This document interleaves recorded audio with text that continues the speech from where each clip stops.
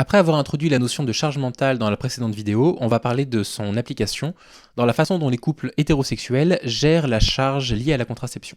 En utilisant les données les plus récentes fournies par les organismes de santé publique, on verra dans un premier temps les preuves montrant combien la charge contraceptive est laissée aux femmes. Entre son coût financier, l'offre importante de différents moyens contraceptifs et les effets secondaires liés à leur utilisation, je montrerai, je pense, l'importance de rééquilibrer les obligations contraceptives entre la partenaire féminine et le partenaire masculin. Dans une seconde partie, vous verrez qu'il existe toute une série de solutions que nous les hommes pouvons mettre en place pour atténuer la charge mentale de nos compagnes et nous responsabiliser enfin dans cette question qui concerne aussi bien les femmes que les hommes. Avant de commencer à aborder le sujet d'ailleurs, et pour vous montrer combien les hommes se sont toujours tenus à l'écart du sujet de la contraception, je tiens à vous faire une très courte lecture de l'ouvrage Lutter toujours d'Yvette Roudy, qui était la première ministre des droits de la femme. L'expression est un petit peu maladroite aujourd'hui, droit de la femme, mais il fallait bien commencer quelque part. Et elle dit dans son ouvrage, c'est page 90, « Depuis la loi Veil, une avancée incontestable, les femmes avaient en charge le poids financier de l'IVG. Au ministère, nous étions toutes favorables au remboursement total de l'IVG. Mais cette mesure irritait les hommes au pouvoir, qu'ils soient religieux, politiques, de droite ou même de gauche. Je les entends encore. Ce n'est pas à l'État de payer pour leurs erreurs, celles des femmes. L'avortement ne doit pas devenir un moyen de contraception. Si on rembourse tout, les femmes ne seront jamais responsables d'elles-mêmes. En bref, si l'avortement était remboursé, les femmes en abuseraient et n'en tireraient aucune leçon. Inutile de préciser que jamais dans ces débats n'était évoquée la masculinité, le refus des hommes de se protéger, le préservatif et ses possibles défaillances. » Donc vous voyez que déjà là, on parle de contraceptifs. Là, on parle des années 80, 1982. Et déjà, nous les hommes, on sortait un petit peu de cette problématique. Allez, on parle de ça ensemble.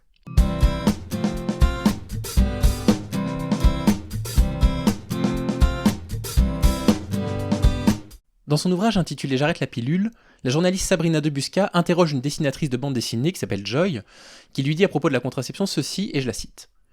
Finalement, ce que la contraception moderne propose aux femmes depuis plus d'un demi-siècle, c'est d'endurer des effets secondaires pénibles et de prendre des risques pour leur santé afin de mieux faire face à un monde inégalitaire. Mais prendre sur soi pour compenser une organisation sociale misogyne n'a rien d'une liberté. C'est une adaptation, un instinct de survie, un pis-aller qui doit rester provisoire. Comment peut-on continuer à accepter cette double peine ? Joy est l'autrice d'une courte bande dessinée intitulée La charge mentale contraceptive, dans laquelle elle constate amèrement que la question de la contraception semble exclusivement réservée aux femmes. Pourtant, comme elle le précise avec justesse et tendrement en conclusion, je la cite encore, « L'amour, ça se fait à deux ou à plus, ça se partage, quoi. Alors, si on partageait aussi les responsabilités et ce que cela implique ?» Alors justement, moi je me suis demandé de quoi elle parlait très exactement, c'est ce qu'on va voir dans notre première partie. Quand on évoque la contraception féminine, on pense en premier lieu à la pilule contraceptive. En jetant un coup d'œil sur les chiffres les plus récents de 2016, on s'aperçoit qu'il s'agit encore aujourd'hui de la première méthode utilisée par les femmes de 15 à 34 ans, avec un pic de plus d'une femme sur deux qui l'utilise entre 20 et 24 ans. Parmi les autres méthodes les plus utilisées, on cite le DIU, c'est le stérilet en cuivre, qui devient le contraceptif majoritaire entre 35 et 49 ans. Entre 15 et 19 ans, le préservatif seul est utilisé par près de 30% des couples, et ce chiffre chute drastiquement à partir de 20 ans pour passer de 18,6 à 11,3% seulement.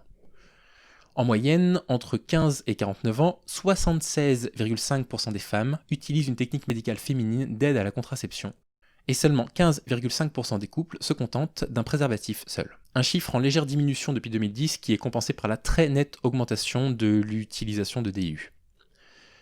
Alors 15,5% des couples qui se contentent du préservatif masculin uniquement, contre 75,5% des femmes qui utilisent une technique médicale de contraception, ça fait un ratio d'1 pour 6. Les hommes sont très en retard dans leur investissement sur ce sujet-là. Concrètement, pourquoi prendre la pilule ou porter le stérilet, ça rajouterait une charge mentale ? Alors déjà, parlons des coûts. Parce que oui, la contraception en France, ça a un coût. Pour commencer, le gynéco s'est remboursé au maximum à 60% du montant de la consultation, et si le gynécologue ou la gynécologue est conventionné secteur 2, il ou elle n'est remboursé que sur la base du tarif reconnu par l'État. J'ai fait un petit tour sur Doctolib, je ne vais pas vous montrer les images parce qu'il est hors de question de dénoncer qui que ce soit, je ne sais pas combien coûte une consultation en secteur 2, mais on retrouve des consultations à Paris autour de 100 € très fréquemment. Sachez que le stérilet en cuivre et la pilule, ce sont des moyens qui sont gratuits si vous êtes mineur de moins de 15 ans. Mais après ça, il faut pour le stérilet en moyenne débourser 30 € qui seront remboursés seulement à 65%, il faudra le changer en général au bout de 5 ans. Et quant à la pilule, le reste à charge qui est calculé, alors j'ai trouvé pas mal de chiffres différents, j'ai fait une moyenne de tout ce que j'ai trouvé, je suis tombé entre 2 et 15 euros par mois, sachant que les pilules de 3e génération sont petit à petit déremboursées. Sans une mutuelle correcte, ça fait des sommes à débourser, et même avec une mutuelle, ça veut dire être toujours solvable pour pouvoir avancer les frais, et assurer un bon contrôle de sa fertilité. Et ça, c'est pas normal. La Haute Autorité de la Santé considère que le prix annuel d'une pilule, c'est 140 euros, 185 pour le patch, 210 euros pour un anneau, c'est beaucoup trop cher. Évidemment, pour avoir accès à ces traitements, il faut du temps, il faut prendre rendez-vous chez son ou sa gynécologue, compter au moins 2 heures en cas de retard du docteur, si ce n'est pas plus dans certains endroits en France, les déplacements en pharmacie, etc. Ça a un coût financier et donc ça a également un coût en temps. Un coût en temps assez important, en tout cas qui n'est pas négligeable. Mais la contraception, ça a aussi un autre coût, ça a un coût sur la santé. Les effets secondaires des pilules et des stérilets, on en compte par dizaines. Certains ne sont pas encore tout à fait identifiés comme tels ou pas encore totalement acceptés par la communauté scientifique, donc je vais être très prudent dans ce que je vais annoncer. Mais en revanche, de ce que j'ai pu lire et découvrir, la recherche n'a plus aucun doute sur l'apparition de certains symptômes assez courants, qui peuvent être, en ce qui concerne la pilule, des spottings, c'est-à-dire des pertes sanguines au niveau de l'appareil gynécologique, des nausées, des douleurs au niveau des seins, des maux de tête, des prises de poids, des troubles de l'humeur, des risques cardiovasculaires, et j'en passe, là je n'ai parlé que des plus courants. Du côté du stérilet, c'est vraiment pas mieux, puisque le fabricant lui-même décrit comme étant fréquent dépression, nervosité, baisse de la libido, migraine, acné, douleur dorsale, tension des seins, prise de poids, expulsion du stérilet. C'est sans compter d'autres symptômes bien réjouissants, encore plus fréquents, comme les douleurs abdominales, des pertes vaginales ou même des inflammations, et d'autres plus rares que je vous laisse découvrir, qui peuvent être potentiellement assez graves. En cas d'utilisation de la pilule, il faut évidemment la prendre à heures régulières. Tous les soirs, nos partenaires féminins mettent un réveil, elles interrompent leurs activités pour aller prendre leur pilule, et si jamais elles l'oublient, elles doivent gérer la charge de la peur de tomber enceinte en cas de rapport non protégé. J'ai longtemps pensé que ce réveil c'était pas grand chose, mais dans un ancien couple, il y a un moment, j'avais fait la même démarche que ma partenaire, j'avais mis un réveil tous les soirs à la même heure qu'elle. Et tous les soirs, quand ça sonnait, j'interrompais mes activités, j'allais ouvrir mon portefeuille et je regardais si j'avais bien un préservatif, et si jamais j'oubliais, il fallait que j'explique à ma copine de l'époque que j'avais été un petit peu étourdi. Je vous assure que ça a un coût mental évident, à tel point que je n'ai fait ça que pendant un mois, pourtant, en fait, au bout de quelques jours, 30 minutes avant que ça sonne, j'avais ça à l'esprit, je savais que ça allait sonner. Donc en fait, ça occupait une place dans ma tête. C'est ça qu'on appelle une charge mentale.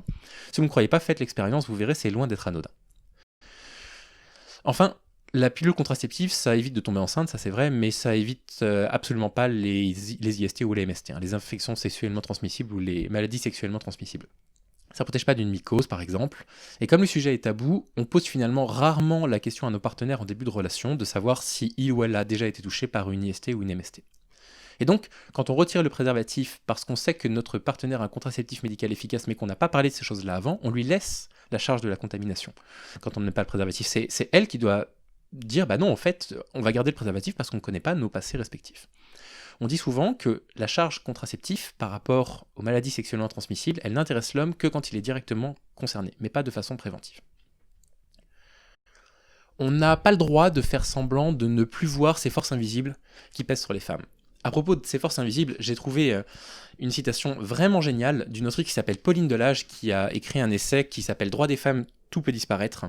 Et ça se trouve page 15 et page 16, et je vous le lis, je trouve que c'est remarquable la façon dont elle le décrit. Les mécanismes inégalitaires fondés sur la différenciation et la hiérarchisation du féminin et du masculin, c'est-à-dire sur le genre, opèrent toujours parmi nous. Ils façonnent toujours nos manières de penser et d'agir. Or, la persistance de ces inégalités est en partie rendue invisible. Sans toujours s'opposer explicitement à l'idée d'égalité, certains ou certaines contestent que les femmes pâtissent toujours d'inégalités dans différents pans de la vie sociale. Parallèlement, les mobilisations contre la théorie du genre ont cherché à dénoncer le recours à un concept permettant justement de décrypter les rouages des inégalités entre femmes et hommes. Voilà, l'invisibilisation, ça existe. Et on rend invisible certaines charges, on rend invisible certaines problématiques, et il est temps que ça cesse. Et pour agir, d'ailleurs, on a des solutions extrêmement simples. La première, c'est celle qui me paraît, moi, la plus évidente. Il faut toujours avoir un préservatif sur nous, les garçons, tout le temps. Ça nous permet d'éviter énormément de choses. C'est rassurant pour notre partenaire, qui va avoir en nous quelqu'un de sérieux. Et surtout, ça va nous permettre de considérer dans notre couple ou dans notre relation éphémère, si c'est une relation éphémère, de considérer le sexe comme un pur plaisir, sans aucune peur des conséquences. Pas de risque de grossesse, pas de risque d'IST, pas de risque d'MST, pas besoin d'évoquer la contraception de l'autre dès le départ, on se concentre sur le plaisir et sur le plaisir pur. Il ne faut évidemment pas compter sur le fait que les femmes aient des préservatifs sur elles, il manquerait plus que ça. Il manquerait plus qu'en plus de ça, elles s'occupent d'aller acheter des préservatifs, ce qui coûte quand même pas très cher, et qu'on leur rajoute en plus de la charge mentale sur le dos, donc non, là ça suffit, il faut qu'on arrête de déconner avec ça. Si vous avez des difficultés à porter un préservatif, je l'entends beaucoup, et je le sais, ça m'arrive d'avoir des difficultés avec ça, il n'y a aucune honte à avoir, vous le faites savoir à la partenaire que c'est compliqué pour vous de le porter. Elle va vous aider, elle va trouver un jeu stimulant qui va maintenir votre érection pendant que vous enfilez la capote et ça se passera très bien. Et de toute façon, il faudra qu'on fasse une vidéo un jour sur le sexe et en particulier qu'on parle de la pénétration parce qu'il y a beaucoup à en dire puisque la relation sexuelle, elle est très limitée dans les relations sexuelles hétéronormées à la pénétration. Et ça limite énormément beaucoup de choses et ça crée, on en parlera plus tard, ce qu'on appelle la charge sexuelle. Autre chose que vous pouvez faire, un rendez-vous chez le gynécologue, c'est jamais anodin. Déjà, ça prend du temps, ça on l'a dit. Ensuite, c'est pas agréable, ça peut même être douloureux. Alors allez au rendez-vous avec votre compagne. Accompagnez-la, prenez une demi-journée comme elle si elle a besoin de poser une demi-journée au travail pour lui montrer que vous êtes intéressé par ce qu'elle traverse. Et si vraiment vous ne pouvez pas vous y rendre, ça c'est la dessinatrice Emma qui le dit très bien, le soir demandez-lui comment ça s'est passé. C'était pas un moment agréable, elle n'a pas fait ça par plaisir, donc intéressons-nous un tout petit peu à ça. Ça nous permet aussi de nous intéresser à leur cycle, de savoir un petit peu comment ça fonctionne, à quel moment elles sont dans le mois, et tout ça c'est intéressant puisque ça joue un rôle sur la fertilité et potentiellement également sur des variations au niveau de la libido. Intéressez-vous également à tous les moyens de contraception féminin différents. Il en existe une très grande variété, et croyez-moi sur parole quand je dis ça, moi je le constate au cabinet, parfois les femmes ne sont pas du tout au courant de l'existence de tous ces moyens, loin de là. Lisez, renseignez-vous, et n'oubliez pas qu'il n'y a rien de naturel à prendre la pilule ou à porter un stérilet. Si on avait toujours des préservatifs sur nous, quelles que soient les circonstances, les femmes n'auraient pas besoin de ces artifices pour contrôler leur corps. Militez également pour la mise en place de contraception masculine. Des pilules sont en développement depuis des années pour interrompre la spermiogénèse. Il est vraiment temps que la mise sur le marché elle soit accélérée. Proposez à votre compagne également ce qui moi me paraît évident, à savoir partager en deux les frais. Les coûts financiers de la contraception. Contrôler son corps et décider si oui ou non on veut tomber enceinte, ça ne devrait pas être influencé par l'argent. On devrait pouvoir le faire sans avoir à penser aux sous. Alors partagez les frais en deux. Non seulement si votre compagne a des petits revenus, ça va lui permettre de gagner en liberté et en autonomie, mais en plus ça montre que vous considérez que la contraception c'est pas un problème de femme. Ce n'est ni un problème ni un sujet réservé aux femmes. Une femme dans un couple hétérosexuel qui prend un contraceptif, elle le prend pour nous deux. Donc ça me paraît être la moindre des choses de partager ses frais. Et enfin, dernier conseil que je peux vous donner, qui peut, à mon avis, réduire la charge contraceptive, la charge mentale liée à la contraception, ne minimisez pas les effets secondaires ressentis par vos partenaires. Non, ça n'est pas normal d'avoir mal à la tête. Non, ça n'est pas normal d'avoir des humeurs difficiles à contrôler. Non, ça n'est pas normal d'avoir des nausées. Soyez à l'écoute des symptômes de votre copine et accompagnez-la dans ses démarches. Recommandez-lui éventuellement d'autres moyens de contraception ou de passer strictement au préservatif, ça marche très bien. C'est parfaitement normal pour les femmes de vouloir aller mieux et de vouloir s'éloigner de médicaments qu'elles jugeraient mauvais pour leur corps. En nous comportant ainsi, je pense qu'on ferait énormément dans nos couples. Évidemment, toutes les femmes ne sont pas sensibles à ces sujets et elles pourraient potentiellement trouver ça un petit peu étrange que vous proposiez ça. Mais c'est juste une question d'habitude. On a des possibilités assez simples en fait pour partager le poids de la contraception et à la fois pour leur témoigner une grande reconnaissance à l'égard de leur sacrifice parce que oui, prendre un contraceptif médical, c'est un sacrifice. Les femmes, elles sont obligées de subir seules de nombreux coûts qu'on devrait partager avec elles. Avant de conclure, j'attire votre attention, et en particulier celle des hommes, sur le fait qu'il existe déjà des contraceptifs masculins qui sont efficaces. Vous avez, vous le voyez là par exemple, la vasectomie qui est définitive si vous ne voulez pas d'enfant par exemple, mais vous avez d'autres techniques qui sont actuellement testées, qui semblent être à peu près efficaces. Vous avez l'utilisation par exemple de gel, l'utilisation de slip chauffant qui réduirait la quantité de spermatozoïdes à l'intérieur des testicules. Donc voilà, continuez à vous intéresser à cela et n'hésitez pas à en parler à votre médecin.